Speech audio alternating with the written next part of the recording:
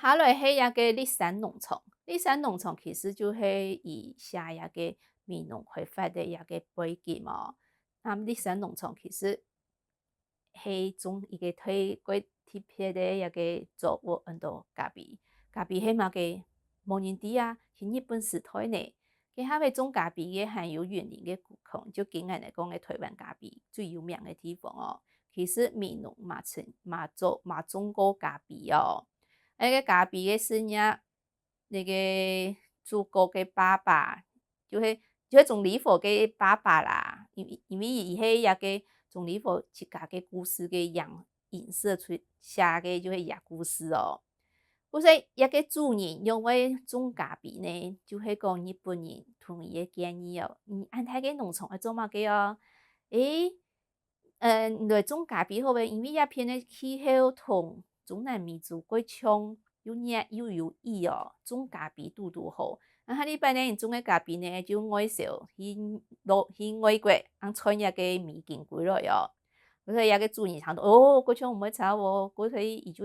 同遐个规个农场来种遐个咖啡。冬天人呢，想讲遐喊嘛个咖啡迄嘛个糖又无糖高哦，用诶哩嘛毋滴。所以日本人看到咖啡树来个时阵，遐个很多咖啡树，咖啡树种样诶种诶样诶色，烟草不滴啊，所以遐个就讲遐着下种人来种那种奇奇怪怪东西，比俺那散同不是俺那散从小就这么个种竹个啊，种树个啊，还有种其他个作物，俺那平常看得到个哦。我就想到咖啡来种咖啡。所以规个立山农场嘛，个就有人头，竹个有人头，树个有人头，甘草有人头，竹笋有人头，就是无人爱来挑咖啡，因为无人伫用诶事，无人伫跟咖啡用诶事咯。咖啡树开始个时间真是就过流畅，过顺利哦，咖啡树嘛生到过好。同样个刘志平同刘淑华个恋情相拥哦，开始个时阵两个人哦，原来嘛相留。当然，对于刘志平来讲，也是一个打击吧。毋过伊上毋怕，安尼喊你穷下可以穷下哦。两个人诶恋爱故事同一个立山农场嘅一个发展过冲，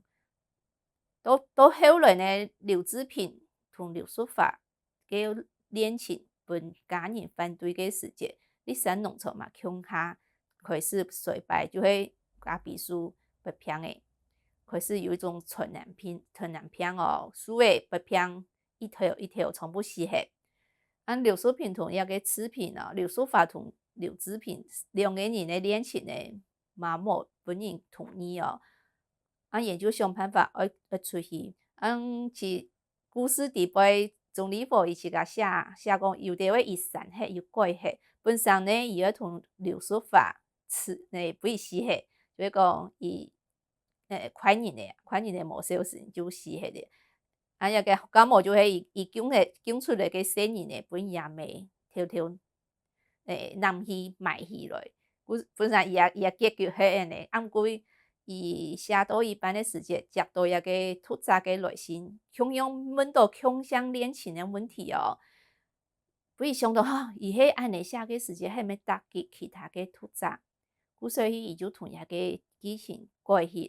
改转来，变成两个人就共下离开一个故乡去当外地去的哦。一篇小说嘛写到几多闽农的当地的一个文化风俗哦，有客家人的传统的衫裤，像什么一个男衫也得哦，还有吃的东西也得全部有写嘛地背哦。一篇立山农场迄总理府过重要的一篇长篇的小说，本以是得到一个中华文艺奖的第二名哦。虽然后来无出版，毋过也因为一篇作品得奖，同伊联络上一个钟小真相哦，所以一篇对伊来讲非常的重要哦。